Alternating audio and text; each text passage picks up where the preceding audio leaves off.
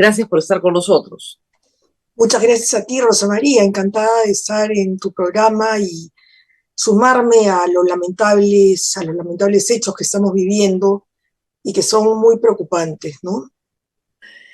En efecto, porque creo que lo que falta es la docencia política que alguna vez hicieron los partidos en el Perú para explicar cosas que normalmente las personas no conocen.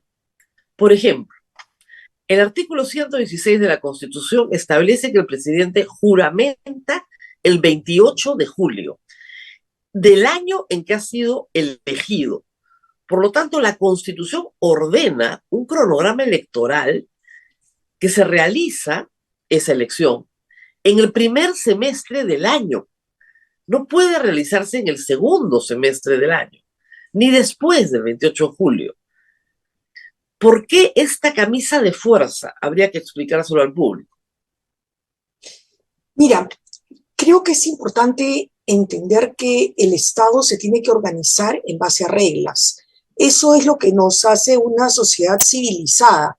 Y las reglas no benefician a nadie, sino que ordenan nuestra vida y ordenan los conflictos y los procesos políticos. Entonces, creo que un punto de partida es entender que las crisis se tienen que canalizar bajo determinadas reglas. En realidad, hemos vivido en crisis en los últimos años, pero sin menospreciar la gravedad de tener pues 5 presidentes en 5 años y de estar a un ritmo en el que se recortan las presidencias. Creo que lo que tenemos que entender es que escalando conflictos, todos los conflictos se han canalizado a través de la Constitución. Es cierto que no ha logrado calmarse y encaminarse, pero por lo menos debemos de entender que se ha mantenido el orden constitucional. Y lo deseable es que en esta coyuntura ocurra lo mismo, que logremos canalizar los conflictos. Ahora, hay una demanda para nuevas elecciones, pero las elecciones no se pueden hacer como que organizo una asamblea para este domingo, porque justamente lo que tienen que hacer las elecciones es darle cierta solución al conflicto. Lo que tienen que hacer estas elecciones de alguna manera es legitimar a quien gane y cosa que no hemos visto ahora. Para eso, pues, se trata de buscar las condiciones para una elección competitiva. Esto tiene reglas, tiene plazos, no solamente en la Constitución, sino también en la Ley Orgánica de Elecciones, en la Ley de Organizaciones Políticas, y plazos para que a nadie le tome por sorpresa, porque hay quienes están preparando para poder competir en elecciones, hay quienes les toma por sorpresa, porque estas elecciones debieron haberse realizado en el 2026, entonces hay un plazo para la convocatoria, un plazo para la inscripción de candidatos, un plazo también para que esta inscripción de candidatos proceda previa a una elección interna, ¿no? En fin, tachas que corresponde a realizar. Vamos a explicar esto de los plazos. Algunas personas me escriben y me dicen, pero doctora, cuando disuelven el Congreso, hay un plazo de 4 meses. Entonces, en 4 meses se pueden hacer elecciones. ¿Por qué no se van a poder hacer en 4 meses? ¿Cómo se responde a eso? Creo que es importantísimo mirar que ese es el contexto en el que se disuelve el Congreso, que también sería motivo de conversar las condiciones en la Constitución del 93 tiene la disolución del Congreso, que difieren sustancialmente de los candados que había previsto la Constitución del 79 en un Congreso bicameral. Pero ya, dejemos ese tema y pensemos. En el momento que se disuelve el Congreso, el presidente queda sin el control político básico que significa el Congreso. Entonces es lógico que se haya puesto un plazo máximo en el que todo el mundo corre, y ahora con más reglas, con elecciones internas y con la debilidad misma de los partidos que tienen que buscar candidatos porque no son organizaciones permanentes. Entonces lo que se busca ahí, el bien mayor, no es tanto la participación política en las elecciones competitivas, sino restituir un órgano que ha sido disuelto, ¿no? Entonces creo que es importante tener en cuenta. Ahora, aquí creo que hay que escuchar también a los expertos de OMPE, del Jurado Nacional de Elecciones, y saber cuáles son los plazos mínimos en los cuales se puede realizar un proceso electoral con las reglas que permite y garantiza no solamente la participación, sino un resultado adecuado, porque si hacemos unas elecciones a las locas para que después no se cumpla con la legitimación de ese proceso, estamos nuevamente encontrando una solución que lo que va a hacer es agravar el problema. Lo que ha dicho el jurado ayer es lo que dice la Ley Orgánica de Elecciones. 270 días es lo que se necesita para un proceso. Desde que se abre el padrón, desde que se verifica la inscripción de todos los partidos, como tú dices, desde que se hace el procedimiento. En este caso tendrían que hacerse primarias, abiertas, simultáneas, obligatorias, con la campaña correspondiente, luego pasar a una segunda tachas, etcétera, etcétera, apelaciones, presentaciones de hojas de vida, en fin, son muchísimos actos durante un proceso electoral que son impugnables además, que suben hasta el jurado, que bajan de nuevo. Lo hemos visto en los últimos eventos que hemos tenido electorales. El jurado dice 9 meses. El proyecto de Digna Calle decía julio 2023, nuevo presidente. Es entonces la cuadratura del círculo, pues no entra. Yo le decía, no, ya, no entra. No hay cómo meterlo. O sea, si decimos, vamos a elecciones ya, no hay 270 días. Entonces, dos posibilidades. O modificas constitucionalmente la fecha del 28 de julio y el presidente juramentará en otra fecha, ese es un camino, o liquidas los 270 días y haces una nueva ley electoral con otro proceso y otros plazos para hacerlo en 4 meses, como cuando se hacen solo las elecciones parlamentarias. Si es que quisieras cumplir con eso, ¿cuál de las dos es la viable? A ver, en situaciones de crisis, lo que tenemos que pensar es que, en primer lugar, hay que buscar un acuerdo político. Ese acuerdo político necesita ciertos liderazgos que las organizaciones que protestan hoy parecen no tener. Entonces, coincido con lo señalado anteriormente, tenemos que mirar claramente, buscar un acuerdo político. Ese acuerdo político se puede viabilizar a través de una norma legal que efectivamente cambie ciertos plazos, pero nunca que deje sin garantías el resultado y la participación política. Claro. Entonces, creo que 4 meses, mi impresión por lo que he escuchado y lo que he hablado con quienes han organizado elecciones, queda muy corto, más aún cuando se trata de elecciones generales, ¿no? Ese es un punto que claro, para que se tenga claro, o sea, tendrían que estar en enero, o sea, ahorita estamos en diciembre, la segunda o tercera semana de enero inscribiendo candidatos. Ese es el cronograma normal. Para enero se inscriben las candidaturas. Por lo menos las presidenciales y las parlamentarias en febrero. ¿Ya? Entonces, adicionalmente, y no has hecho primarias. Y no has hecho nada. Y no has hecho la reforma constitucional para recortar el plazo. Además, porque primero el punto por el cual tenemos que partir, ¿no es cierto? Tenemos que tener un cronograma tentativo claro para saber qué otras normas suspenden, porque, por ejemplo, durante la crisis política del 2000 se suspendió también el plazo de 6 meses con la finalidad de que las altas autoridades que ejercen cargos públicos pudieran competir, porque hay una restricción constitucional también para quienes ejercen altos cargos y también viceministros que puedan ejercer su derecho a participar, también para todos los funcionarios públicos, para que renuncien 60 días antes y puedan ejercer su derecho con la finalidad de manejar una transparencia en este punto, ¿no? Entonces, también creo que la protesta, si uno trata de entender la protesta hoy, la protesta en Arequipa, en Cusco, en Puno, por ejemplo, el presidente regional pide la renuncia de Dina Boluarte y la disolución del Congreso. Entonces, ¿quién va a gobernar? Es como la propuesta de la anomia social, que no haya Estado, o sea, que no haya presidente y que no haya Congreso. y que después se nombra uno nuevo. Pero ¿quién maneja el país mientras tanto? Y hay personas que ayer me decían, una junta militar. Eso es una dictadura, ¿no? ¿No se dan cuenta que es la consolidación de una dictadura? No se puede.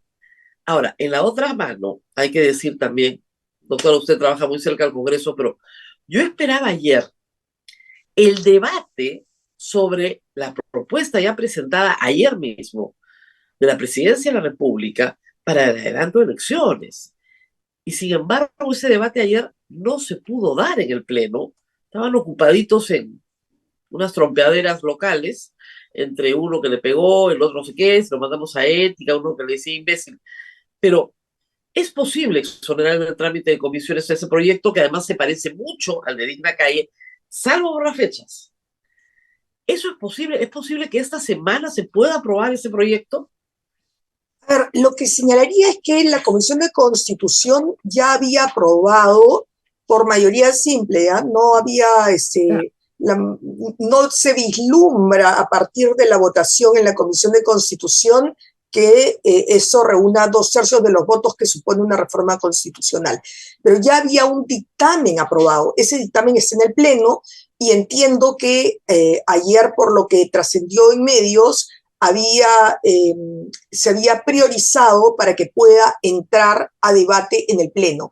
De manera que en la próxima sesión podría estarse debatiendo este tema y creo que por eso es que es muy importante en este momento que haya una comunicación fluida de parte de los organismos electorales y del Congreso para aprobar un calendario, un cronograma, bueno, el cronograma lo aprueba propiamente el jurado, pero sí que la fecha que ponga el Congreso esté dentro de los términos posibles, ¿no? Yo admiro mucho tu periodismo constitucional porque creo que esta difusión del Congreso y muchas de las dudas que aparecen normalmente es porque la gente en general no conocemos el texto de la Constitución, ¿no? Y siempre suelo decirle a mis alumnos que no importa que creas que te sabes la Constitución de memoria, consúltala de nuevo y vuélvela a leer, porque Una es vez, allí donde entendemos además cuál es la finalidad de cada una de las normas, y ¿no? uno se olvida, por ejemplo, el artículo de la juramentación del 28 de julio, digamos, yo lo tengo en la memoria, pero lo he tenido que ir a buscar de nuevo, a leer el texto y decir, sí, no hay nada que hacer. El presidente tiene que juramentar el 28 de julio del año en que ha sido elegido, que esa era la parte que no me acordaba. Entonces tiene que ser elegido en el primer semestre del año, porque si no es imposible cumplir con el artículo de la Constitución. Esta regla, reitero, que es una regla neutral, ¿por qué? Porque ya todos sabemos que va a ser así, y si está en la Constitución es porque tiene ánimo de permanencia en el tiempo. ¿Puede ser cambiada? Sí, puede ser cambiada, pero tienen que estar de acuerdo 87 congresistas en 2 legislaturas. Y ahí está la urgencia también de esta hora para el Congreso. O sea, el Congreso tiene que darle una señal a la población que sí, que se va, igual que Dina Boluarte. Eso es la única forma de que la crisis pare. Por lo menos las señales tienen que estar claras y tienen que ser oportunas. Pero no vemos eso, ese es el problema. Ahora, el Congreso puede ser disuelto de una forma distinta a la establecida en la Constitución, con 2 negativas de confianza. No, pues eso sería un golpe de Estado, ¿no? Eh, Cualquiera que lo realice, terminamos además, y creo que eso es importante tener en cuenta, terminamos en una incertidumbre. Justamente lo que busca las soluciones constitucionales es darnos un canal para seguir viviendo como Estado, como sociedad civilizada. Entiendo que esto pues puede resultar complicado cuando vemos las protestas y que las plataformas vayan a un cuestionamiento de las autoridades. Pero justamente yo recordaba algunos de los libritos como ese Peserovsky, ¿por qué tomarse la molestia de hacer elecciones, ¿no? Y justamente lo que nos recuerda es cuáles son esas finalidades de hacer elecciones. Creo que miramos, también Popper, ¿no? Decía, la manera en que las sociedades civilizadas resuelven sus conflictos y derrocan a los presidentes es a través de elecciones y no de un derramamiento de sangre. Entonces, creo que ese es un punto. Hemos tenido un golpe de Estado. Hemos logrado que las instituciones y la sociedad respondan con debilidad del golpe o lo que fuese, pero hemos logrado, yo acá no me pondría muy exquisita, se ha logrado superar ese momento. Lo que necesitamos hacer es encauzar este proceso político en un acuerdo que nos lleve a este proceso electoral que ya se ha anunciado y que el Congreso también ha señalado, pues determinando ya las Y suponiendo, fechas. claro, pero suponiendo que encontramos consenso y 87 votos para que se adelanten elecciones, muy rápidamente. La segunda parte de esto, que es la más complicada y la más difícil de explicar, tiene que ver con su trabajo como miembro de la Comisión de Alto Nivel para la Reforma Política. Es decir, con estas reglas producimos este resultado. Queremos otro resultado, necesitamos otras reglas. Es como una receta. Si tú le metes los mismos ingredientes, te sale igualito el postre. Pero si cambias los ingredientes o cambias el proceso de mezclarlos, de repente te sale otro postre. Entonces, el problema es que la urgencia de hacer una elección a trompicones no te da tiempo para hacer las reformas políticas que son absolutamente indispensables. ¿Cuáles serían la agenda mínima, la agenda mínima de una reforma política que cambiara el enfrentamiento entre poderes, el balance entre poderes y que nos diera de nuevo estabilidad para que los presidentes cumplan 5 años en su mandato? ¿Cuál sería esa lista que usted cree prioritaria de reformas si se pueden hacer? A ver, dos asuntos que me parecen importantes de mencionar antes de entrar a las reformas eh, posibles y urgentes, digamos, ¿no? Lo primero es que un estupendo sistema perfectamente articulado de ingeniería constitucional no funciona si los actores políticos no lo hacen funcionar. Entonces, lo primero es que creo que tenemos que tener en cuenta que ninguna reforma es una varita mágica que haga que el sistema político nos conduzca. Se ha congelado la imagen por un instante. Estamos con Milagros Campos, abogada, profesora de Derecho Constitucional, ha asesorado a numerosos congresos, ha sido miembro de la Comisión de Reforma Política de Alto Nivel, que propuso en el 2018 un abanico de reformas muy importantes para cambiar el sistema político del Perú. Lamentablemente, las reformas solo fueron tomadas parcialmente y no han terminado de aprobarse. Una de ellas, las primarias abiertas, simultáneas y obligatorias. Nuevamente estamos con Milagros Campos, le pedimos que abra el micro, ahí estábamos. Listo. Habíamos descartado ya la reforma como varita mágica. ¿Qué más?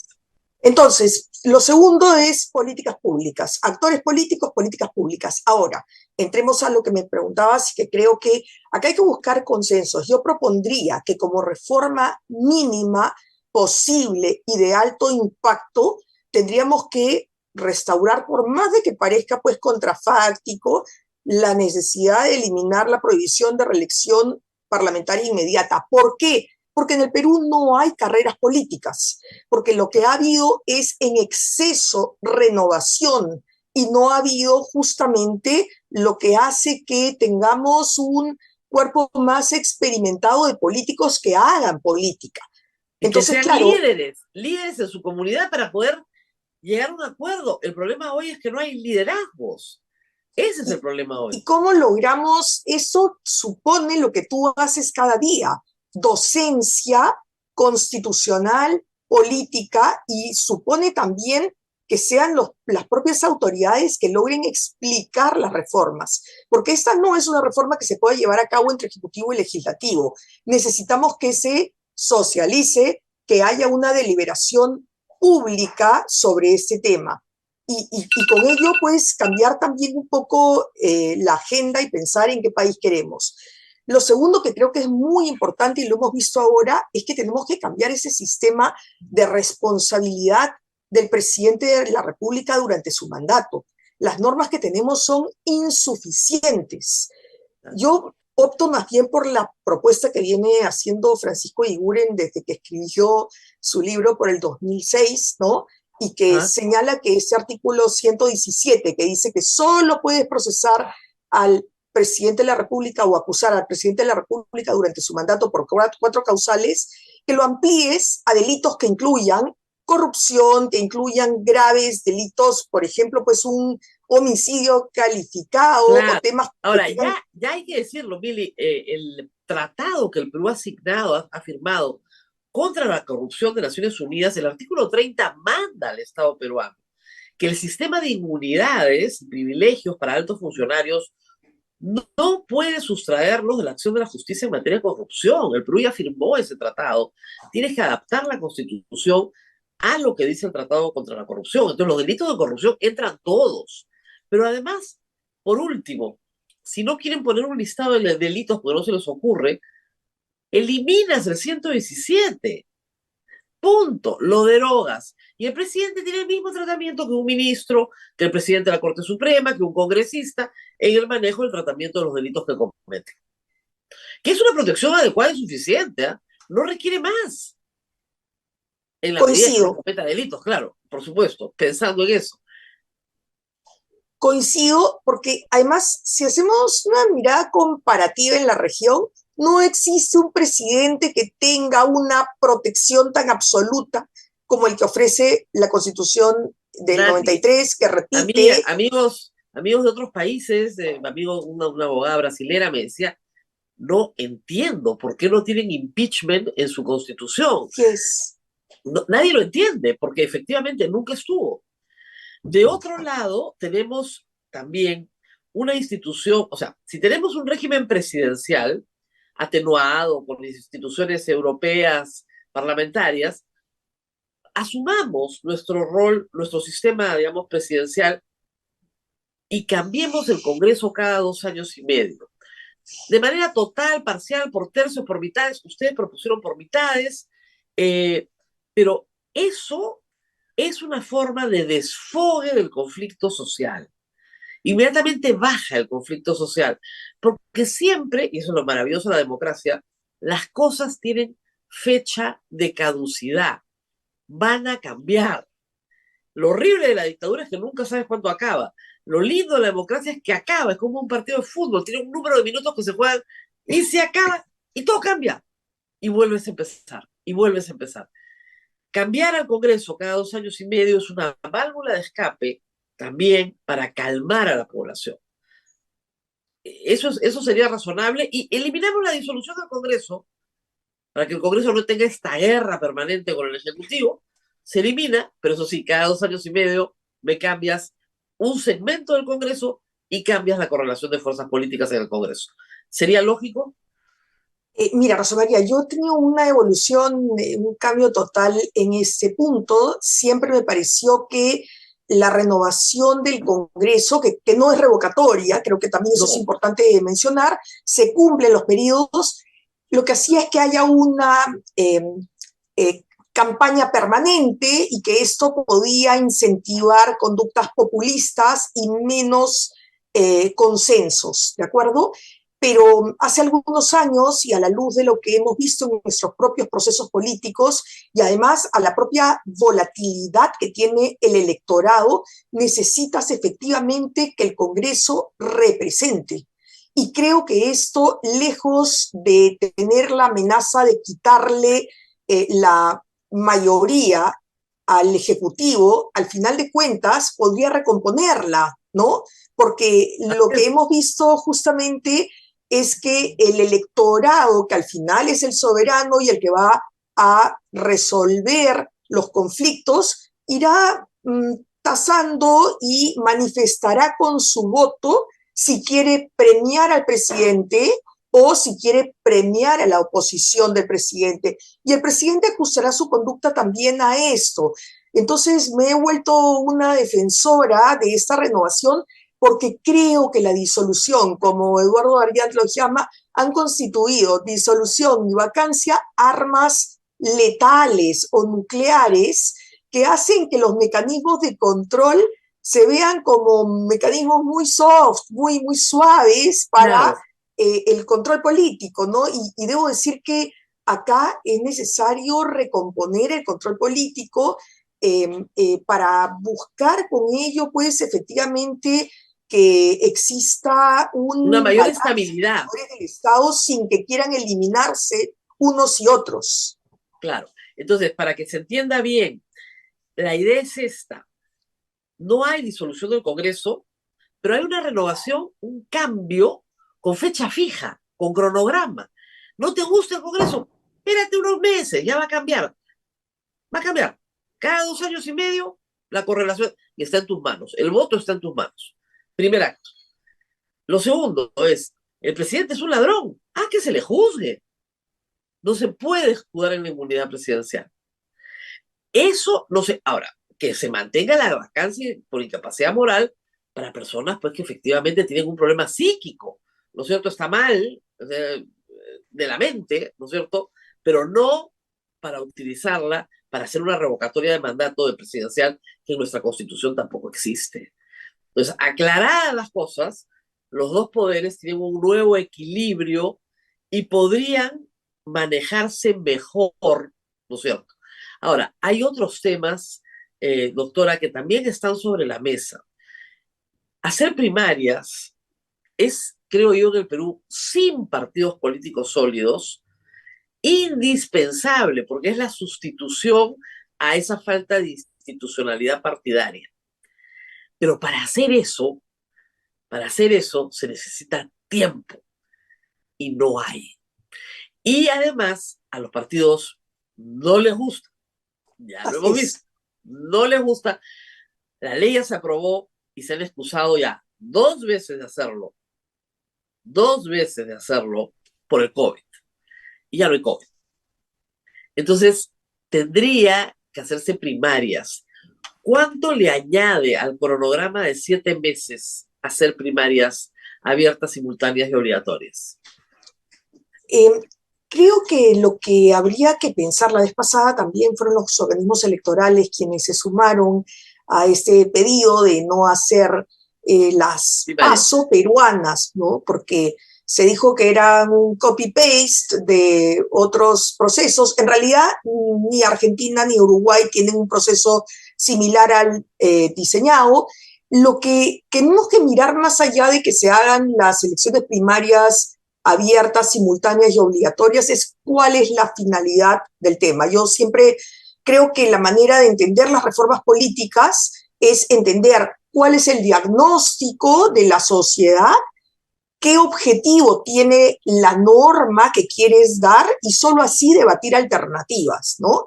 Entonces, Claro. mirado el problema acá es que tenemos partidos políticos muy débiles o en muchos casos inexistentes porque terminan siendo un poco franquicias. La reforma buscaba que se eliminen las franquicias y que solo compitan quienes tienen ciertas preferencias electorales y que se busque justamente que vayan los ciudadanos a votar, no para meterse, como se ha dicho, pues en la organización partidaria, sino para lograr que haya una mejor y mayor representación y mayor idoneidad en las candidaturas, que ese en el fondo termina siendo uno de los puntos centrales, ¿no? Y creo que tanto las propuestas que se presentaron en la CADE como las que ha presentado Coalición Ciudadana, como las que hemos escuchado de otras instituciones, buscan una mayor idoneidad en los candidatos. Lo que no se quiere es que al día siguiente que se inscriben aparecen que hay pues candidaturas con altas contingencias penales, por decirlo de una manera elegante, ¿no? Creo que el punto allí es buscar candidaturas que respondan a un deseo de representación, de canalizar demandas ciudadanas y que respondan, como tú dijiste hace un momento, liderazgos en sus comunidades. Entonces, si Bueno, se hacen internas, creo que la doctora, otra, sí, me perdón, la dicen que otra usted, alternativa, solamente para redondear la idea, sí, es buscar que representen a un grupo grande de los afiliados, ¿no?